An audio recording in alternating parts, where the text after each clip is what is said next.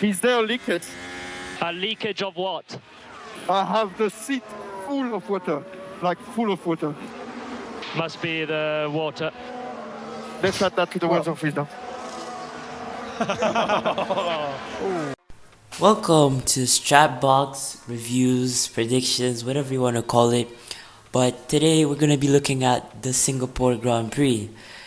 The Singapore Grand Prix, I'd say it was okay. Let's just be real. It was a boring one. George Russell led from the start to finish. But yeah, Singapore delivered a masterpiece of street circuit racing.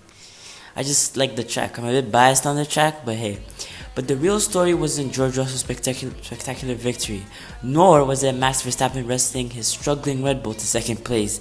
14. This is where Lando Norris nearly came a cropper last year and a lock-up for Verstappen. That is so right. The defining moment happened on lap 1, turn 3, the moment Lando Norris rammed his teammate, Oscar Piastri. This was not a mistake, this was a declaration of war. Why did it happen? Because the gloves were already coming off. McLaren won the Constructors Championship. Now with the Constructors title officially secured, that preemptive strike that has become an official McLaren mandate. So let's look at the final standings. McLaren scored P3, P4, Oscar, Lando respectively, and they clinched the Constructors Championship with 6 races to spare, dominating Mercedes by a full 325 points. That World Constructors Championship trophy is a financial cornerstone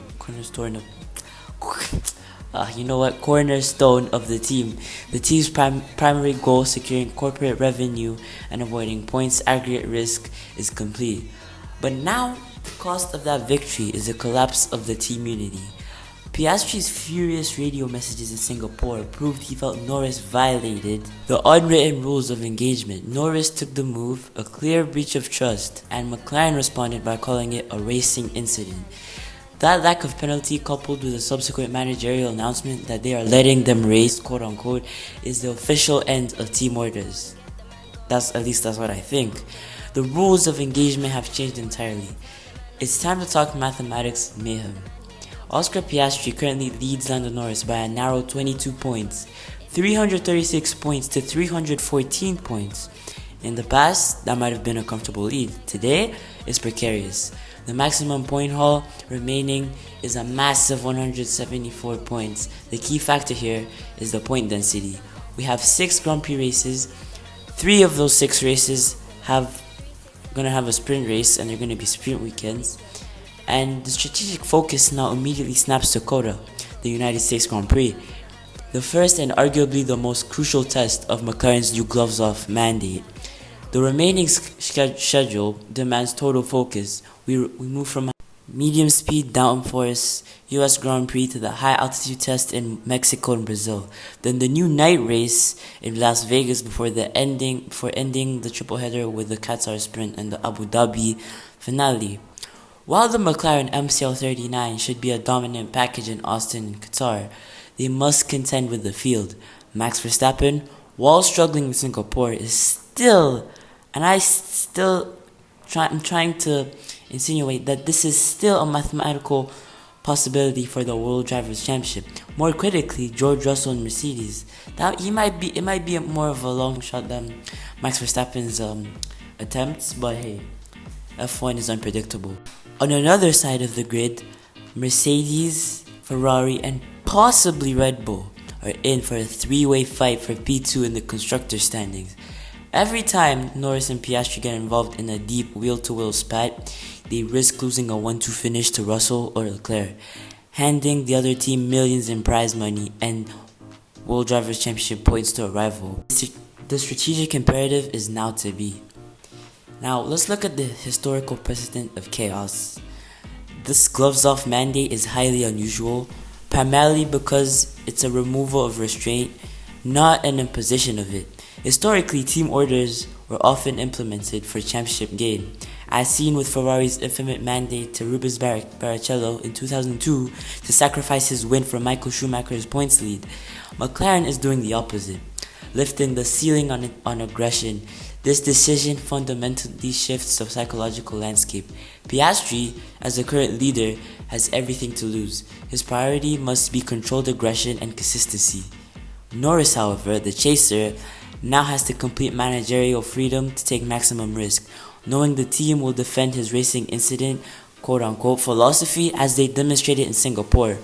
Piastri's strategy must pivot from maximizing points to actively destroying Norris's momentum, either through dominant qualifying performances or even forcing his teammate into aggressive defensive scenarios that drain tire life or compromise strategy.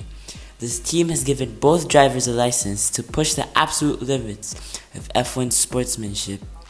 Now, let's look at the strategy pivot.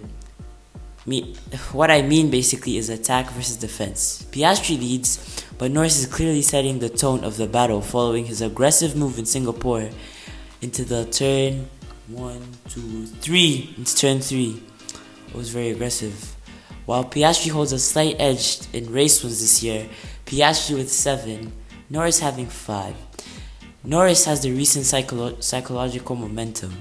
Piastri's winning formula now has to be flawless conversion of qualifying pace into dominant Sunday wins. Coupled with absolute mastery of the 3 remaining sprint races, he cannot afford a single contact or error.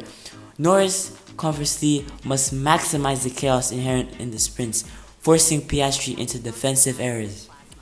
Lando must utilize the team's new tolerance for late braking, aggressive maneuvers, the same strategy that sparked the controversy in Singapore. This sudden transition elevates the importance of. Now, concluding this, the collision course to Abu Dhabi is what I'd call this. So, with the Constructors mission accomplished, the remaining 6 races are solely about determining individual greatness and legacy. It's a 174-point sprint to decide who gets to wear the ultimate F1 driver's crown. This season finale is historic. 2 drivers in equal machinery, 0 corporate constraints, and a highly condensed schedule featuring 3 sprint race opportunities for explosive point gains. The McLaren Drivers' Championship fight is said to be the most intense, high stakes, and potentially brutal intra-team battle of the modern era.